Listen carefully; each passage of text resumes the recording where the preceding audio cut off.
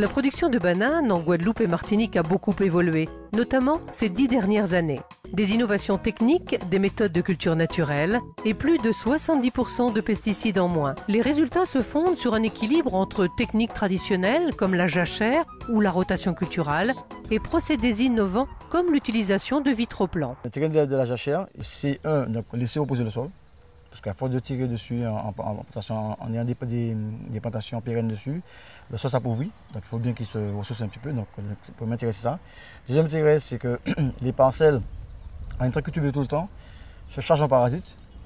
Donc une fois qu'on fait une jachère, donc il n'y a plus de culture dessus, donc les parasites ont tendance, n'ayant plus de plantes hautes, ont tendance à disparaître. Une parcelle comme celle-là par exemple, donc pendant 5 à 6 ans, si je la mets jusqu'à 6 ans, donc dans 6 ans, je ne veux pas utiliser des pesticides.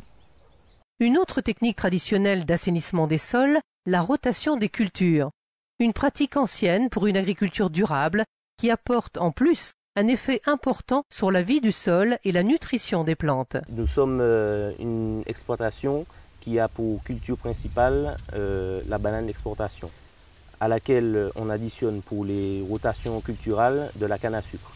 Donc la canne à sucre nous sert donc à occuper nos parcelles, nos blocs en jachère. On a une très bonne complémentarité donc, entre la canne et la banane. Donc voilà les deux cultures principales que nous avons ici à l'exploitation RIFA. Le principal avantage c'est chaque année nous sommes obligés d'avoir des jachères pour diminuer donc, la pression des différents parasites, des différents ennemis que nous avons sur les cultures de bananes. Plutôt que d'avoir des parcelles avec une végétation qui pousserait de manière intempestive ou des parcelles nues, on les occupe par une autre culture qui dispose, donc qui a des parasites complètement différents de ceux de la banane. Donc, notamment la canne n'est pas touchée par le nématode et le charançon, ni non plus par la cercosporiose, donc au niveau foliaire. Donc en faisant cette rotation, on élimine toute source de nourriture pour ces différents parasites sur nos parcelles.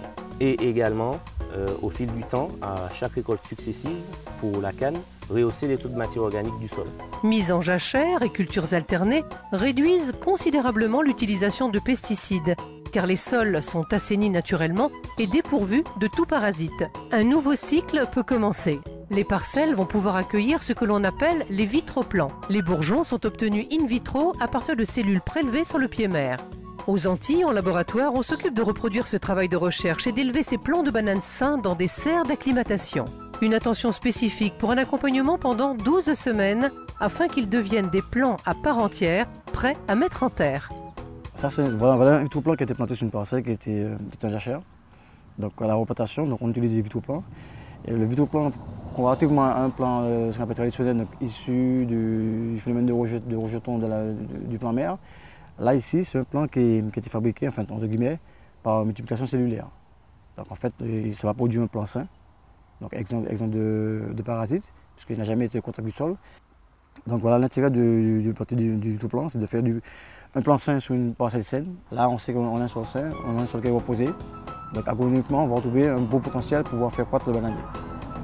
Résultat, des cultures plus respectueuses de l'environnement. Ainsi, en Guadeloupe et en Martinique, on utilise aujourd'hui jusqu'à 10 fois moins de produits phytosanitaires que dans la plupart des exploitations bananières d'autres origines.